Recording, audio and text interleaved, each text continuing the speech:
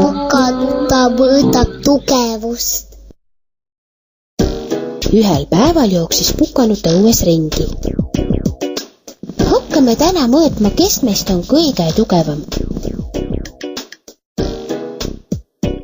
Vaadake, kuidas ma selle üles tõstan.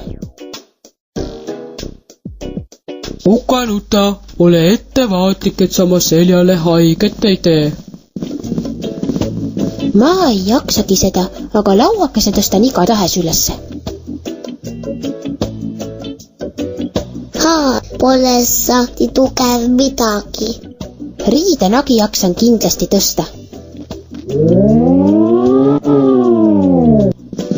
Aga mina suudan sind oma seljal kanda küll. Tundub, et lauak on minust tugevam. Mina jaksan tolmurulli enda peal tassida. Aga mina ei jaksa midagi üles tõsta.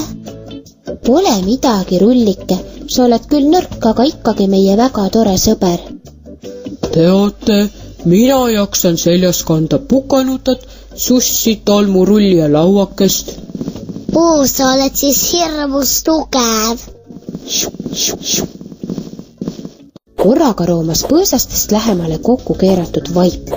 Ta tuli tähtsa näoga ning laotas end õuemurule laiali. Istuge kõik minu seljale. Emand Pliit ja igivana köögikapp võivad ka tulla. Kas või kõik meie maja elanikud saavad siia istuda. Kellelgi ei tekkinud enam kahtlust, et kõige tugevam nende hulgast oli hoopiski nende hea sõber vaip. Vali, kes on nendest tegelastest kõige tugevam. Õige.